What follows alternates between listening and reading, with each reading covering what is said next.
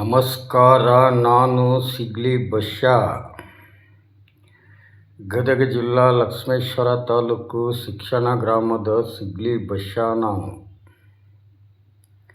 ಉತ್ತರ ಕರ್ನಾಟಕದಾಗ ಹುಟ್ಟಿ ದಕ್ಷಿಣ ಕರ್ನಾಟಕದಾಗ ಮಣ್ಣಾಗಿ ಸತ್ಯ ಹೇಳಿ ಸಾಯೋ ಬಶ್ಯಾ ನಾನು. ಇವತ್ತು ನರೇಂದ್ರ ಮೋದಿಯವರು ಜವಾಹರ್ಲಾಲ್ ನೆಹರು ದಾಖಲಾ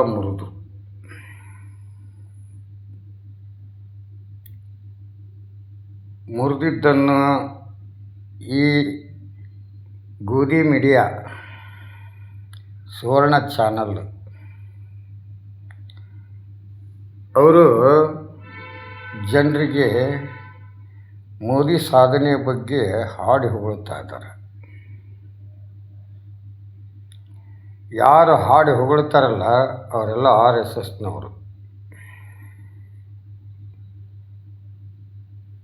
ಯಾರು ಅವ್ರನ್ನ ವಿರೋಧ ಮಾಡ್ತಾರೆ ಅವರು ಸಂವಿಧಾನ ಪ್ರಜಾಪ್ರಭುತ್ವದ ಪಾಲಕರು. ಇದು ಭಾರತ ದೇಶದ 140 ಕೋಟಿ ಪ್ರಜೆಗಳು ಒಪ್ಪಲೇಬೇಕು. ಕಾರಣ ಬೇಕಾ? ಮೋದಿ ದಾಖಲೆ ಮುರಿಲಿಕ್ಕೆ, ನೆಹರು ದಾಖಲೆ ಮುರಿಲಿಕ್ಕೆ ನರೇಂದ್ರ ಮೋದಿಯವರು ತುಂಬ ಕಷ್ಟಪಟ್ಟರು. ಹೇಗೆ ಅಲ್ಪ ಸಮಯದಲ್ಲಿ ನಮ್ಮ ಲಾಲ್ ಬಹದ್ದೂರ್ ಶಾಸ್ತ್ರಿಯವರು ಈ ಒಂದು ಭಾರತ ದೇಶದ ಏಳಿಗೆಗಾಗಿ ತಮಗೆ ಬರ್ತಕ್ಕಂಥ ಸಂಬಳದಲ್ಲಿ ತಮಗೆಷ್ಟು ಬೇಕಷ್ಟು ಇಟ್ಕೊಂಡು ಉಳಿದಿದ್ದನ್ನು ಜನಸೇವೆಗೆ ಮುಡುಪಾಗಿ ಇಡ್ತಿದ್ರು. ಶೋಕಿ ಮಾಡಲಿಲ್ಲ. ಜಾಸ್ತಿ ನಮ್ಮ ಸಂವಿಧಾನದಲ್ಲಿ ಬೇಕಾದಷ್ಟು ಸವಲತ್ತುಗಳು ಇದ್ದಾಗ ನಮ್ಮ ಸಂವಿಧಾನನ ಓದದೇನೆ, ನಮ್ಮ ಕಾನೂನು ಅರಿವು ಗೊತ್ತಿಲ್ಲದೇನೆ ಇವತ್ತು 5 ವರ್ಷ ಆಟ ಆಡೋಂಥ ರಾಜಕಾರಣಿಗಳಿಗೆ, ಅಷ್ಟೇ ಅಲ್ಲ ಈ ದೇಶದ ವಿಶ್ವಗುರು ಅನಿಸ್ಕೊಂಡಂಥ ಅವ್ರಿಗೆ ಯಾರಂತಾರ ಗೊತ್ತಿಲ್ಲ, ನಾವಂತೂ ಅನ್ನಂಗಿಲ್ಲ. ವಿಶ್ವಗುರು ಬಸವಣ್ಣವ್ರಿಗೆ ಅಂತೀವಿ, ಮೋದಿಯವ್ರಿಗೆ ಅನ್ನಂಗಿಲ್ಲ. ಯಾಕಂದರೆ 2014ರಿಂದ ಇಲ್ಲಿವರೆಗೂ ಸಿಗ್ಲಿ ಬಶ್ಯಾ ಮೋದಿಯವರು ಒಂದು ಸುಳ್ಳಿನಿಂದ 1000 ಸುಳ್ಳುಗಾರರಾದರು. ಒಂದು ತಪ್ಪಿನಿಂದ ಸಾವಿರಾರು ತಪ್ಪುಗಳನ್ನು ಮುಚ್ಚಿ ಹಾಕಿದರು.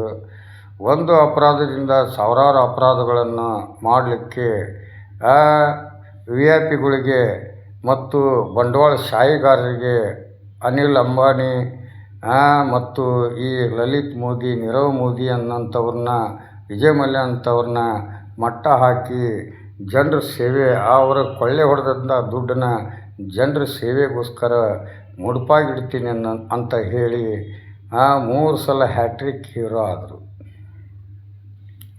ಆದರೆ ಅವ್ರ ಸಾಧನೆ ಕೆಲ ಮಾಧ್ಯಮಗಳು ಹಾಡಿ ಹೊಗಳ್ತಾರೆ. ಯಾಕಂದರೆ ಹೆಂಡತಿ ಹೊಟ್ಟಿಲಾಗಳಂತ ಆಗ ಕೈ ಹಾಕಿ ತೆಗೆದು ಬೆಳೆಸಂಥ ಗಂಡನೂ ಇಲ್ಲ, ಬಿತ್ತಿದ ಬೀಜ ಆಗ ಬೆಳೆತೀನಂಥ ರೈತನೂ ಇಲ್ಲ, ಪಾಠ ಓದನೆ ಪರೀಕ್ಷೆ ಬರೆಯೋಕ್ಕಾಗಲ್ಲ. ಇವತ್ತು ದೇಶ ದೊಡ್ಡದಾಯ್ತು, ಜನಸಂಖ್ಯೆ ಜಾಸ್ತಿ ಆಯ್ತು, ರಾಜಕಾರಣಿಗಳು ತುಂಬಿ ತುಳುಕಾಕತ್ತಿದ್ರು, ನ್ಯಾಯಾಲಯಗಳು ಹೆಚ್ಚಿನ ನ್ಯಾಯಾಲಯಗಳು ಉದ್ಭವಗೊಂಡವು, ಹೆಚ್ಚಿನ ಪೊಲೀಸ್ ಸ್ಟೇಷನ್ಗಳು ಉದ್ಭವಗೊಂಡರು. ಇವತ್ತು ನಮ್ಮ ತೆರಿಗೆ ದುಡ್ಡು ತಿನ್ನೋಂಥವ್ರು ಪ್ರತಿಯೊಬ್ಬರಿಗೂ ಒಂದೊಂದು ವ್ಯವಸ್ಥೆ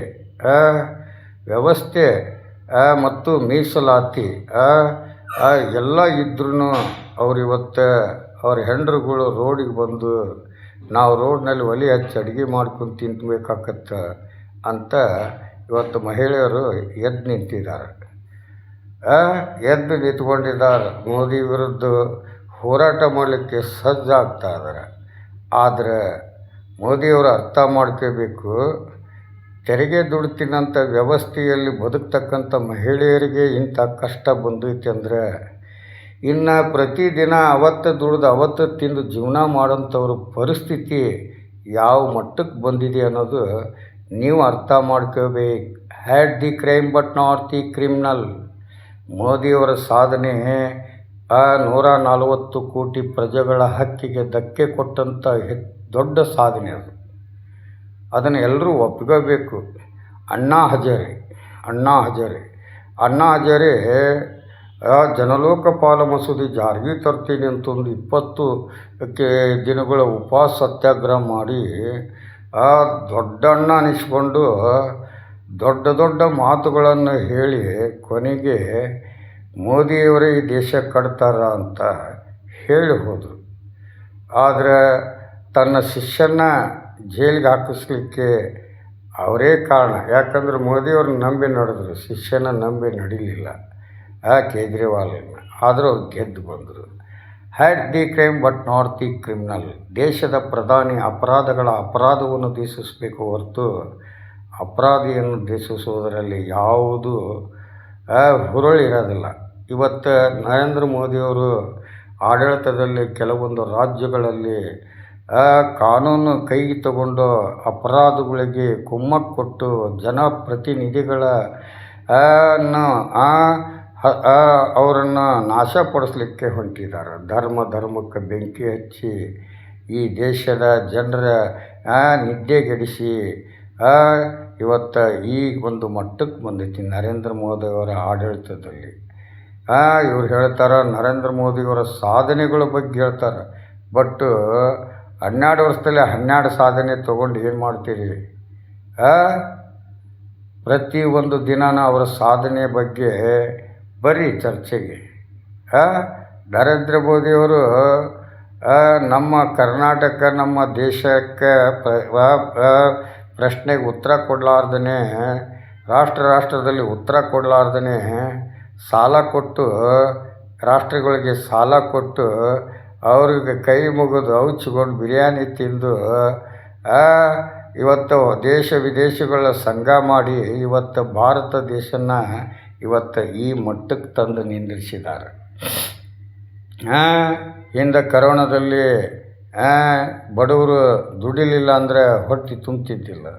ಅಂಥದ್ರಲ್ಲಿ ಜೀವ ಹೋದ್ರೂ ಚಿಂತಿಲ್ಲ, ಹೊಟ್ಟೆ ತುಂಬ ಊಟ ಮಾಡಬೇಕಾದ್ರೆ ದುಡಿಲೇಬೇಕಂತಂದು ಜೀವದ ಮೇಲೆ ಹಂಗೆ ತೊರೆದು ಕೂಲಿ ಕೆಲಸ ಮಾಡಿ ತಮ್ಮ ಹೊಟ್ಟೆ ತುಂಬಿಸ್ಕೊಂಡ್ರು ಹೊರತು ನರೇಂದ್ರ ಮೋದಿಯವರು ಕಣ್ಣೆತ್ತಿ ಬಡವರ ಕಡೆ ನೋಡಲಿಲ್ಲ.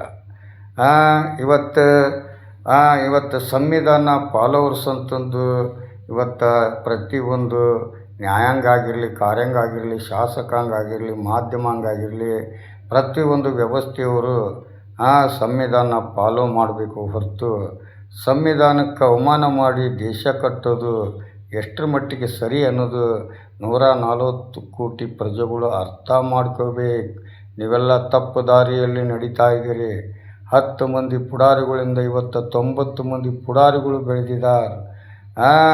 ದುಡಿಲಾರ್ದ ಜೀವನ ಮಾಡೋಂಥವ್ರದಾರ, ಟಿಕೆಟ್ ಇಲ್ಲದೆ ಪ್ರಯಾಣ ಮಾಡೋಂಥವ್ರದಾರ, ಜೋಳಿಗಿಲ್ದೇ ಹೋಳಿಗೆ ಊಟ ಮಾಡೋಂಥ ತಲೆ ಮುಂದಿಟ್ಟುಕೊಂಡು ಆಟ ಆಡ್ತಾ ಇದ್ದಾರೆ. ಅದಕ್ಕೋಸ್ಕರ ಬಡವರಿಗಾಗಿ ದೇಶ ಕಟ್ಟಬೇಕು ಹೊರತು ಬಡವ್ರನ್ನ ಬಿದ್ದವ್ರನ್ನ ಎತ್ತಿಡಬೇಕು ಹೊರತು ಎದ್ದವ್ರನ್ನ ಬೆಳೆಸಿ ದೊಡ್ಡ ಅಪರಾಧಿಗಳನ್ನು ಬೆಳೆಸ್ತಾ ಇದ್ದಾರೆ ಹೊರತು ಅಪರಾಧಗಳನ್ನು ಕಟ್ಟಲಿಕ್ಕೆ ಅವ್ರ ಕಡೆಯಿಂದ ಆಗ್ತಾಯಿಲ್ಲ. ಯಾಕಂದರೆ 2014ರಲ್ಲಿ ಸಿಗ್ಲಿ ಬಶ್ಯ ನರೇಂದ್ರ ಮೋದಿಯವರು ಪ್ರಧಾನಮಂತ್ರಿ ಆಗಿಸಿ ಅವರು ಆದಾಗ ಅವರನ್ನು ನಾನು ಹಾಡಿ ಹೊಗಳಿ ಅವರಿಗೆ ನಾನು 3 ಬೇಡಿಕೆ ಇಟ್ಟಿದ್ದೆ. ಒಂದು, ನ್ಯಾಯಾಂಗ ವ್ಯವಸ್ಥೆ 6 ತಿಂಗಳಿಗೆ ತೀರ್ಪು ಆಗಂಥ ವ್ಯವಸ್ಥೆ ಮಾಡಿಕೊಡ್ತಾರೆ ಬಂದು ಫಸ್ಟ್ ಅದನ್ನೇ ಮಾಡ್ತಾರೆ ನರೇಂದ್ರ ಮೋದಿಯವರು. ಈ ದೇಶದ ಗಡಿ ಭದ್ರತೆಗೆ ಮತ್ತು ಪೊಲೀಸ್ ವ್ಯವಸ್ಥೆ, ಹೆಚ್ಚಿನ ಪೊಲೀಸ್ ವ್ಯವಸ್ಥೆ ಇಟ್ಟು ದೋ ಅಂಕೆ ಬಾರ ಹಾತನಂಥ ವ್ಯವಸ್ಥೆ ಈ ದೇಶಕ್ಕೆ ಕೊಡ್ತಾರಂತ ನಾನು ತಿಳ್ಕೊಂಡಿದ್ದೆ. ಇವತ್ತು ಸರ್ಕಾರಗಳು ಶಾಸನದ ನೀತಿ ನಿಯಮಗಳು ಬಲ್ಲಂಥವ್ರನ್ನ ಆಯ್ಕೆ ಮಾಡಿ ಈ ದೇಶನ ಕಟ್ತಾರಂತ ನಾನು ತಿಳ್ಕೊಂಡಿದ್ದೆ. ಪ್ರಜಾಪ್ರಭುತ್ವದ ಹಿಂದೆ ಮಾಧ್ಯಮಗಳು ಪ್ರತಿಯೊಂದು ಕಾಯಕನ ನೋಡ್ತಾರೆ ಅನ್ನೋಂಥ ನಂಬಿಕೆ ಇಟ್ಕೊಂಡಿದ್ದೆ. ಇವೆಲ್ಲ ವೇಸ್ಟ್ ಆದವು. ಇವತ್ತು ಕಳ್ಳರು ಕಾಕರು ಎಲ್ಲರೂ ತಾವು ಎಲ್ಲ ರೌಡಿಜಮ್ಗಳು ಎಲ್ಲನೂ ಬಿಟ್ಟು ಇವತ್ತು ಅವ್ರು ನೆಮ್ಮದಿಯಾಗಿ ಬದುಕ್ತೀನಿ ಅಂದ್ರೂ ಅಂಥವ್ರು ಕೂಟ ಅವ್ರನ್ನ ಹೆಬಿಚಲ್ ಮಾಡಿ ಅವ್ರನ್ನ ಮುಂದಿಟ್ಟುಕೊಂಡು ಇವತ್ತು ಆ ಜೈಲು ಕೋರ್ಟು ಸ್ಟೇಷನ್ನಲ್ಲಿ ಕೋಟಿ ಗಂಟಲೆ ಕೇಸುಗಳು ಪ್ರಕರಣಗಳು ಪೆಂಡಿಂಗ್ ಇಟ್ಕೊಂಡು ಬರೀ ಒಂದು ದಿನ ಒಂದು ನ್ಯಾಯಾಲಯದಲ್ಲಿ ಒಂದು ಕೇಸಿನ ಸಾಕ್ಷಿ ತೊಗೊಳ್ಳೋಕ್ಕೆ ಅವ್ರ ಕಡೆಯಿಂದ ಆಗ್ತಾಯಿಲ್ಲ. ಯಾಕಂದರೆ ಅಷ್ಟು ಪ್ರಕರಣಗಳು ಒಂದು ದಿನಕ್ಕೆ ಸಾವಿರಾರು ಪ್ರಕರಣಗಳು ಅದನ್ನೆಲ್ಲ ಪರಿಶೀಲಿಸ್ಬೇಕಾಗ್ತೈತಿ. ಅದು ಅಂದ ಬಳಕೆ ಅಲ್ಲಿ ವಿಚಾರಣೆ ನಡೆಯೋಕ್ಕೆ ಸಮಯ ಎಲ್ಲಿ ಸಿಗುತ್ತೆ? ಜಡ್ಜ್ ಇದ್ರೆ ಲಾಯರ್ ಇರೋದಿಲ್ಲ, ಲಾಯರ್ ಇದ್ರೆ ಆರೋಪಿ ಬಂದಿರೋದಿಲ್ಲ, ಆರೋಪಿ ಬರಲಿಲ್ಲ ಅಂದರೆ ಪೊಲೀಸರ ಎಸ್ಕಾರ್ಡ್ ಇರೋದಿಲ್ಲ. ಇಂಥ ಒಂದು ವ್ಯವಸ್ಥೆಯಲ್ಲಿ ಸತ್ತ ಮೇಲೆ ತೀರ್ಪು, ಸತ್ತ ಹೆಣದ ಮೇಲೆ ಪಂಚನಾಮ, ಸತ್ತ ಹೆಣದ ಮೇಲೆ ಪರಿಹಾರ ಕೊಡೋಂಥ ಈ ಟಿ ಆರ್ ಪಿಗೋಸ್ಕರ ನಾಯಿ ಜೀವನ ಹುಚ್ಚು ನಾಯಿ ಜೀವನ ಮಾಡ್ತಕ್ಕಂಥ ಕೆಲ ಪುಡಾರಿ ಮಾಧ್ಯಮಗಳು ಇವತ್ತು ಈ ದೇಶನ ಕೆರ ಹಿಡಿದು ಕುಲಿಗಡಿಸಿಬಿಟ್ಟಿದ್ದಾರೆ. ಆದರೆ ಪ್ರಜಾಪ್ರಭುತ್ವದಲ್ಲಿ ಪ್ರಜೆಗಳು ಪ್ರತಿಯೊಬ್ಬರು ವಿದ್ಯಾವಂತರಿದ್ದಾರೆ, ಅನುಭವಸ್ಥರಿದ್ದಾರೆ ಮತ್ತು ಮಕ್ಕಳಿಗಾಗಿ ಈ ದೇಶನ ಉಳಿಸ್ಕೊಂಡು ಹೋಗಬೇಕು, ಈ ದೇಶನ ಕಟ್ಟಿ ಬೆಳೆಸ್ಬೇಕನ್ನೋಂಥ ತಂದೆ ತಾಯಿಗಳಿದ್ದಾರೆ. ಇಂಥ ಒಂದು ವ್ಯವಸ್ಥೆ ಒಳಗಡೆ ಇವತ್ತು ಆರ್ಥಿಕ ಪರಿಸ್ಥಿತಿಯಿಂದ ಹಿಡಿದು ಶಿಕ್ಷಣದ ವ್ಯವಸ್ಥೆಯಿಂದ ಹಿಡಿದು ಆರೋಗ್ಯದ ವ್ಯವಸ್ಥೆಯಿಂದ ಹಿಡಿದು ಇವತ್ತು ಯಾವುದಕ್ಕೂ ಭದ್ರತೆ ಇಲ್ಲ. ನಮ್ಮ ರಕ್ಷಣೆಗೆ ನಾವೇ ರಕ್ಷಕರಾಗಿ ಬದುಕ್ತಾ ಇದ್ದೀವಿ ಹೊರತು ಇವತ್ತು ಪೊಲೀಸು ಒಂದು ಭಯ ಇಲ್ದೇ ನಂಬಿಕೆ ಇಲ್ದೇ ಬದುಕ್ತಾ ಇದ್ದಾರೆ ಹೊರತು ಇವತ್ತು ಪೊಲೀಸ್ ಸ್ಟೇಷನ್ಗೆ ಹೋಗೋಕ್ಕೂ ನಾಚಿಕೆ ಬರ್ತೈತಿ, ಪಂಚಾಯತಿಗೆ ಹೋಗೋಕ್ಕೂ ನಾಚಿಕೆ ಗ್ರಾಮ ಪಂಚಾಯತಿಗೆ ಹೋಗೋಕ್ಕೂ ನ್ಯಾಯ ಕೇಳೋಕ್ಕೂ ನಾಚಿಕೆ ಬರ್ತೈತಿ. ಕೋರ್ಟ್ನಲ್ಲಿ ಹೋಗಿ ಹೆಣ ಸತ್ತು ಹೆಣನಾದ್ರೂ ಬೇಜಾರಾದ್ರೆ ಮುಚ್ಚಿ ಬರ್ಬೋದು, ಆದರೆ ಕೋರ್ಟ್ ಮುಚ್ಚಿ ಬರೋಕ್ಕಾಗುತ್ತೆ? ಅಂಥ ಕೋರ್ಟ್ ಕಾದು ಕೊನೆಗೆ ಅನ್ಯಾಯ ಪಡ್ಕೊಂಡು ಬರ್ತಾ ಇದ್ದಾರೆ ಹೊರತು ಯಾರಿಗೂ ನ್ಯಾಯ ಸಿಗ್ತಾಯಿಲ್ಲ. ಯಾಕಂದರೆ ಇವತ್ತು ನೀವು ಲೆಕ್ಕ ಹಾಕಿ ಸ್ವಾತಂತ್ರ್ಯ ಎಂದು ಸಿಕ್ತು ಅಂದಿನಿಂದ ಎಷ್ಟು ಜನ ಕೊಲೆ ಆಗಿದ್ದಾರೆ, ಎಷ್ಟು ಜನಕ್ಕೆ ಅತ್ಯಾಚಾರ ಆಗಿದೆ, ಎಷ್ಟು ಜನ ದೇಶದ್ರೋಹಿಗಳಿದ್ದಾರೆ. ಪ್ರತಿಯೊಂದು ನೀವೆಲ್ಲ ಅವನ್ನೆಲ್ಲ ಒಂದು ಇಂಟರ್ನೆಟ್ನಲ್ಲಿ ಬೆಳೆಸ್ಕೊಂಡು ಹೋಗೋಕ್ಕೆ ಅದಕ್ಕೆ ಉತ್ತರ ಕೊಡೋಕ್ಕಾಗುತ್ತೆ? ಒಬ್ಬ ಅವಿವಿದ್ಯಾವಂತ ಕುಂಬಾರ ಸುಣಗಾರ ಸಮಗಾರ ಹೇಳುವ ಅನೇಕಾರ ಮಡಿವಾಳ ತಳವರ ಗಾಣಿಗ ಗೊಲ್ಲ ಯಾದವ ಕುರುಬ ವೀರಸು ಹಿಂದುಳಿದ ಬಂಜಾರ ರೆಡ್ಡಿ ಕೊರತನಂತ ಎಷ್ಟೋ ಜಾತಿ ಧರ್ಮಗಳಿಗೆ ಒಂದು ಕಾನೂನು ಇಲ್ಲದೇ ಒಬ್ಬ ಹೆಳವರ ಕುಲದ ಪ್ರಜೆಗಳು ಪ್ರತಿಯೊಂದು ಗ್ರಾಮದಾಗ ಪ್ರತಿಯೊಂದು ಕುಟುಂಬದ ಇತಿಹಾಸನ ಒಂದು ಜಮೀನಾಗಿರಲಿ, ಒಂದು ಮನೆ ಆಗಿರಲಿ, ಒಂದು ಗುಣ ಆಗಿರಲಿ ಆಡಿ ಹೊಗಳಂಥ ವ್ಯವಸ್ಥೆಯಲ್ಲಿ ಹೇಳೋರು ಲೆಕ್ಕಾಚಾರ ಕೊಟ್ಟಂಥ ಇತಿಹಾಸ ಐತಿ. ಆದರೆ ಇವತ್ತು ಇಂಥ ಕಾನೂನು ವ್ಯವಸ್ಥೆ, ಇಂಥ ಸಂವಿಧಾನ ಇದ್ದಾಗ ಇವತ್ತು ವ್ಯವಸ್ಥೆಗಳಲ್ಲಿರ್ತಕ್ಕಂಥ ಇವತ್ತು ದೇಶ ಕೆಡಿಸ್ಬೇಕು, ದೇಶದಲ್ಲಿ ನಾವು ಮೆರಿಬೇಕು ಅನ್ನೋಂಥವ್ರ ಹುಟ್ಕೊಂಡಿದ್ದಾರೆ ಹೊರತು ಪ್ರತಿಯೊಬ್ಬ ಬಿದ್ದವ್ರನ್ನ ಎತ್ತಿಡೋಂಥವ್ರು ಯಾರೂ ಇಲ್ಲ. ಅದಕ್ಕೋಸ್ಕರ ಆ ಸೂಲೆಬೇಲಿ ಚಕ್ರವರ್ತಿ ನಮ್ಮ ಕರ್ನಾಟಕದಾಗ ನರೇಂದ್ರ ಮೋದಿಯವ್ರನ್ನ ಹೊಗಳಿ ಕೊನೆಗೆ ಅವನು ಪುಂಗಿದಾಸ ಆಗಿ ಹೋಗ್ಬಿಟ್ಟ ಮಗ. ಇವತ್ತು ತಿನ್ನೋವನ ಕಟಗಲ್ಲ, ಕಡೆಯವನ ಕಟಗಲ್ಲ, ಮಾರವನ ನಿಜವಾದ ಕಟಗಂತ ನಾವು ಒಪ್ಪಿಕೊಳ್ಳೇಬೇಕಾಗ್ತದೆ. ಯಾಕಂದರೆ ಇವತ್ತು ನಾ ಕೇಳ್ತೇನೆ ರೈತರಿಗೆ, ನೀವೇನು ದುಡ್ಡು ಕೊಟ್ಟು ತೊಗೊಂಡು ಬಸವಣ್ಣನ ನಿಮ್ಮ ಮನೆಯಾಗ ಕಟ್ಟಿಕೊಳ್ಳಿ ಅಂತಂದು ಯಾರೂ ಹೇಳಿಲ್ಲ. ಅದಕ್ಕೆ ಸರ್ಕಾರನೂ ಬೆಲೆ ಕಟ್ಟಿಲ್ಲ. ನೀವು ಬೆಲೆ ಕಟ್ಟಿ ದುಡ್ಡಿನ ವ್ಯವಸ್ಥೆ ಬಸವಣ್ಣನ ಮೇಲೆ ಭಾರ ಜಾಸ್ತಿ ಆದಾಗ, ದುಡ್ಡಿನ ರೇಟ್ ಜಾಸ್ತಿ ಆದಾಗ ಸರ್ಕಾರ ಅದಕ್ಕೂ ಆಸೆ ಪಟ್ಟು ಅದಕ್ಕೂ ಒಂದು ಘೋಷಣೆ ಮಾಡ್ತು, ಸರ್ಕಾರದ ವಶ ತಗೊಂತು. ಇಂಥ ಗೋ ಹತ್ಯೆನ ನಿಷೇಧ ಮಾಡಬೇಕಂತಂದು ಪ್ರತಿಯೊಬ್ಬರು ಇವತ್ತು ಗೋ ಹತ್ಯೆ ನಿಷೇಧ ಮಾಡಬೇಕಂದ್ರೆ ಯೋಗಿ ಆದಿತ್ಯನಾಥ ಹೇಳ್ತಾರೆ. ಭಾರತ ಮಾತೆ ಅಂತಂದು ರಾಷ್ಟ್ರಕ್ಕೆ ಅದು ಹಿಂದನಕ್ಕೆ ಹೋಗೈತಿ ಅಂತ ಹೇಳ್ತಾರೆ.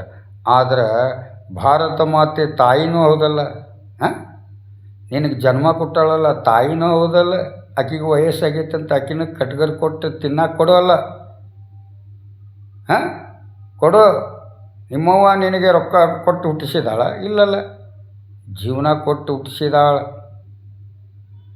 ಅದಕ್ಕೋಸ್ಕರ ಯೋಗಿ ಆದಿತ್ಯನಾಥ ಗೋತಾಯಿ ರಾಷ್ಟ್ರೀಯ ಮಾತೆ ಅಂತಂದು ಹೇಳಿದ ಬಳಕ ಅದು ರಾಷ್ಟ್ರೀಯ ಮಾತಿನ ಅಂತಂದು ಇದೆ ಅಂತ ಹೇಳ್ತಾರೆ. ಅದು ರಾಷ್ಟ್ರೀಯ ಮಾತಿನ ಕಡಿದು ತಿನ್ನು ಅಂತ ಹೇಳ್ತಾರೆ. ಹೇಳಿ, ಕಡಿದು ತಿನ್ನು ಅಂತ ಹೇಳ್ತಾರೆ. ಹಾಗಾದ್ರೆ ನಿಮ್ಮ ತಂದೆ ತಾಯಿನ ಕಡಿದು ತಿನ್ನೋಕ್ಕೆ ಹೇಳ್ಬಿಡೋಲ್ಲ. ವಯಸ್ಸಾಗೈತಿ, ಅವ್ರಿಗೆ ಯಾಕೆ ಕೂಳ ಆಗ್ತಿದೆ? ಅವ್ರಿಗೆ ಯಾಕೆ ಮೆಡಿಕಲ್ ತೋರಿಸ್ತಿದ್ದಿ? ಅವ್ರಿಗೆ ಯಾಕೆ ಪ್ರಾಣ ಕೊಡ್ತಿದ್ದಿ? ಇವತ್ತು ಜನ್ಮ ಕೊಟ್ಟ ತಾಯಿ ನಿನ್ನ ಮನೆಯಲ್ಲಿ ನಿನ್ನ ಹುಟ್ಟಿಸಿ ಬೆಳೆಸಿ ಇಷ್ಟು ದೊಡ್ಡವನು ಮಾಡಿದಾಳಲ್ಲ, ಅದೇ ಥರ ನಿನ್ನ ಮನೆಯಲ್ಲಿನ ಒಂದು ಆಕಳು ಹಸು ಅದು ಒಂದು ಸಂಸಾರ ಮಾಡಿ ನಿನ್ನ ಮನ್ಯಾಗ ಸಂಸಾರ ಮಾಡಿಕೊಂಡು ಅದು ಮಕ್ಕಳಿಗೆ ಜನ್ಮ ಕೊಟ್ಟಿರ್ತೈತಿ. ಆದ್ರೆ ನಿನ್ನ ಮಗನಿಗೆ ದುಡಿಪ ಮುಂದಿನ ಜೀವನ ಕಟ್ಟಿಗೋ ಅಂತ ಹೆಂಗೆ ಹೇಳ್ತೀಯಲ್ಲ, ಹಂಗೆ ಆ ಗೋತಾಯಿನೂ ಆ ಹಸು ಕರುವಿಗೆ ಹೋರಿಗೆ ತನ್ನ ಮಗ ಹೋರಿಗೆ ಹಸುವಿಗೆ ಹೇಳ್ತಾಳೆ, ನಿನಗೆ ಅನ್ನ ಸಿಗಬೇಕಾದ್ರೆ ರೈತನಿಗೆ ಬೆನ್ನು ಕೊಡು, ಹೆಗಲು ಕೊಡು ಅಂತಂದು ಹೇಳಿದಾಳೆ. ಅವು ಬಿದ್ದಿದ್ದಾನೆ ಅವನು ಎತ್ತಿ ಹಿಡಿ ಅಂತಂದು ಹೇಳ್ತಾಳೆ. ಅಂಥ ಗೋತಾಯಿನ ಕಡಿದು ತಿನ್ನೋಂಥ ಇವತ್ತಿನ ವ್ಯವಸ್ಥೆಯಲ್ಲಿ ಆ ಗೋತಾಯಿ ನಮ್ಮ ಭಾರತ ಮಾತೆ ಅನ್ನೋರ ಇವತ್ತು ಅದನ್ನು ಕಡ್ದು ಆ ಮಾಂಸನ ಮಾರಿ ಸರ್ಕಾರಕ್ಕೆ ಖಜಾನೆ ತುಂಬಿಸ್ಕೊತಾರಲ್ಲ. ಎಲ್ಲೇ ಗೋ ಹತ್ಯೆ ನಿಷೇಧ ಆಗಿಬಿಟ್ರೆ ನಮ್ಮ ಖಜಾನೆ ಖಾಲಿ ಆಗುತ್ತೆ ಅಂತ ತಿಳ್ಕೊಂಡು ಆ ಗೋತಾಯಿ ಬಗ್ಗೆ ನಿಮಗೆ ಚಿಂತೆ ಪ್ರೀತಿ ಇದ್ದಿದ್ರೆ ಈ ಮಾತು ಯೋಗಿ ಆದಿತ್ಯನಾಥ ಹೇಳ್ತಿದ್ದಿಲ್ಲ. ಅದಕ್ಕೋಸ್ಕರ ಇವತ್ತು ಲಾಲ್ ಬಹದ್ದೂರ್ ಶಾಸ್ತ್ರಿಯವರು ಅಲ್ಪಾವಧಿ ಪ್ರಧಾನಿ ಆದ್ರೂ ಅವ್ರ ಇತಿಹಾಸ 12 ವರ್ಷ ನರೇಂದ್ರ ಮೋದಿಯವರು ನೆಹರೂರು ದಾಖಲೆ ಮುರಿದ್ರು. ಲಾಲ್ ಬಹದ್ದೂರ್ ಶಾಸ್ತ್ರಿ ಹಂಗೆ ಕೀರ್ತಿ ಮೂರ್ತಿ ಈ ದೇಶದಲ್ಲಿ ಆಗೋದು ಸುಳ್ಳು. ಯಾಕಂದ್ರೆ ಅವರು ಪ್ರೆಸ್ ಮೀಟೇ ಮಾಡಿಲ್ಲ. ಯಾಕಂದ್ರೆ ಇವತ್ತು ಶಿಗ್ಲಿ ಬುಷ 262 ಮನೆ ಕಳ್ತನ ಮಾಡಿದೆ. ನನಗೆ ಕಾನೂನು ಕಳ್ಳ ಅಲ್ಲ, ನೀನೊಬ್ಬ ನಿರಪರಾಧಿ ಅಂತಂದು ಕೋರ್ಟ್ ತೀರ್ಪು ಕೊಟ್ಟರು ನಾನು ಸಮಾಜದ ಮುಂದೆ ನನ್ನ ಹೆಂಡತಿ ಮಕ್ಕಳಿಗೋಸ್ಕರ ನಾನು ಬದುಕಬೇಕಾಗಿತ್ತು. ಇವತ್ತು ಕಾನೂನಿನಲ್ಲಿ ನಾ ಗೆದ್ದು ಬಂದಿರ್ಬೋದು, ಆದರೆ ಈ ಒಂದು 140 ಕೋಟಿ ಪ್ರಜೆಗಳ ಜೊತೆಲೇ ನಾನು ನೆಮ್ಮದಿಯಾಗಿ ಬದುಕಬೇಕಂದ್ರೆ ನಾನು ಸತ್ಯ ಹೇಳಲೇಬೇಕಂತಂದು ನಾನು ಕಾನೂನು ಮುಂದೆ ಸತ್ಯ ಹೇಳಿಲ್ಲ, ಆದರೆ ಪ್ರಜೆಗಳ ಮುಂದೆ ನಾನು ಸತ್ಯ ಹೇಳಿ ನನ್ನ ಹೆಂಡತಿ ಮಕ್ಕಳಿದ್ದಾರೆ, ನಾನು ಇನ್ನು ಮುಂದೆ ಕಳ್ಳತನ ಮಾಡೋಂಗಿಲ್ಲ, ನಿಮ್ಮ ಜೊತೆಲಿ ನಾನು ಬದುಕ್ತೀನಿ, ನನಗೆ ತಿಳಿದ ಅನುಭವನ ನಿಮ್ಮೆಲ್ಲರ ಮುಂದೆ ಹಂಚ್ಕೊತೀನಿ. ಇವತ್ತು ನ್ಯಾಯಾಂಗ ಸರಿಯಿಲ್ಲ, ಕಾರ್ಯಾಂಗದ ಕೆಲಸ ಇಲ್ಲ, ಶಾಸನಗಳು ಬದ್ದಾಗಿಲ್ಲ, ಈ ಆಡಳಿತ ಮೊದಲೇ ಇಲ್ಲ ಅಂತಂದು ಈ ಶಿಗ್ಲಿ ಬಷ ಹಾಡಿನ ಮೂಲಕ ಡೈಲಾಗ್ ಮೂಲಕ ಸಂಗೀತದ ಮೂಲಕ ಎಲ್ಲ ಒಂದು ಹೋರಾಟದ ಮೂಲಕ ನಾನು ಜನರಿಗೆ ಜಾಗೃತಿ ಕೊಡ್ತಾನೆ ಬಂದಿದ್ದೀನಿ. ಯಾಕಂದರೆ ಅತಿ ದೇಶದ ಮೇಲೆ ಪ್ರೀತಿ ಇದ್ದವರು ಯಾವತ್ತೂ ಉದ್ಧಾರ ಆಗಲ್ಲ. ಯಾಕಂದ್ರೆ ಅವ್ರಿಗೆ ಅದರ ಆಸೆನೇ ಇರೋದಿಲ್ಲ. ನರೇಂದ್ರ ಮೋದಿಯವ್ರ ಹತ್ರ 140 ಕೋಟಿ ಪ್ರಜೆಗಳಿರ್ಬೋದು, ಆದರೆ ಈ ಶಿಗ್ಲಿ ಬಷನಂಥ ತಲೆ ಇರೋಂಥ ಪ್ರಜೆ ಸಿಗೋದು ಅಪರೂಪ. ದೇಶನ ದುಡ್ಡು ಇಲ್ದೇ ದೇಶನ ಆಳಂಥ ವ್ಯವಸ್ಥೆ ನಾನು ಕೊಡ್ತೀನಿ. ಬರೀ 5 ವರ್ಷ ಸಾಕು ಶಿಗ್ಲಿ ಬಷನಿಗೆ ದೇಶನ ನೆಟ್ಟಾಗಿ ನಿಲ್ಲಿಸಾಕೆ. ಹಿಂದೆ ನಮ್ಮ ತಂದೆ ತಾಯಿಗಳು 23 ಮಕ್ಕಳು ನಮ್ಮ ಅಪ್ಪನಿಗೆ. ನಾವೆಲ್ಲ ಗುಡಿಸಲ್ದಾಗಿದ್ದು ಜೀವನ ಮಾಡಿದವರು. ನಮ್ಮಪ್ಪ ಅವಾಗ ಕಡ್ಡಿ ಕೆರೆದು ಬೆಂಕಿ ಹಚ್ಚೋರು ಯಾರು ಇದ್ದಿದ್ದಿಲ್ಲ, ಅಂಥ ರೌಡಿಗಳು ಇದ್ದಿದ್ದಿಲ್ಲ, ಅಂಥ ದೇಶದ್ರೋಹ ಮಾಡೋ ಕೆಲಸಗಾರರು ಇದ್ದಿದ್ದಿಲ್ಲ. ಇವತ್ತಿನ ಸರ್ಕಾರದಲ್ಲಿ 160ರಷ್ಟು ಕಳ್ಳರ ತುಂಬಿಕೊಂಡಿದ್ದಾರಲ್ಲ. ಯಾರನ್ನ ಮಟ್ಟ ಹಾಕಿದಿ, ಯಾವ ಕಾನೂನು ವ್ಯವಸ್ಥೆನ ಸರಿ ಮಾಡಿದ್ರಿ, ಯಾವ ಪೊಲೀಸ್ ವ್ಯವಸ್ಥೆನ ಸರಿ ಮಾಡಿದಿರಿ, ಇವೆಲ್ಲ ನಾ ಕೇಳೋ ಪ್ರಶ್ನೆಗೆ ಉತ್ತರ ಕೊಡ್ತಾನೆ ಹೋಗಿ. ಆದರೆ ನಾನು ನಿಧಾನವಾಗಿ ನಿಮ್ಮನ್ನ ಎಳೆ ಎಳೆಯಾಗಿ ಪ್ರಶ್ನೆ ಮಾಡೋನು. ಆದರೆ ನಾ ರಾಂಗಾಗಿ ಮಾತಾಡಕತ್ತಿದ್ರೆ ಈ ದೇಶದಲ್ಲಿ ಸತ್ತವರು ಎದ್ದು ಬಂದು ಸಿಗ್ಲಿ ಬಸ್ಸಿನ ಭಾಷಣ ಕೇಳಬೇಕಾಗತ್ತೆ ಅಂಥ ದಿನ ಬರುತ್ತೆ. ಕಾಯ್ತಾ ಇದ್ದೇನೆ. ಜೈ ಹಿಂದ್, ಜೈ ಕರ್ನಾಟಕ, ಜೈ ಕನ್ನಡ, ಜೈ ಶ್ರೀರಾಮ್, ಜೈ ಭೀಮ್.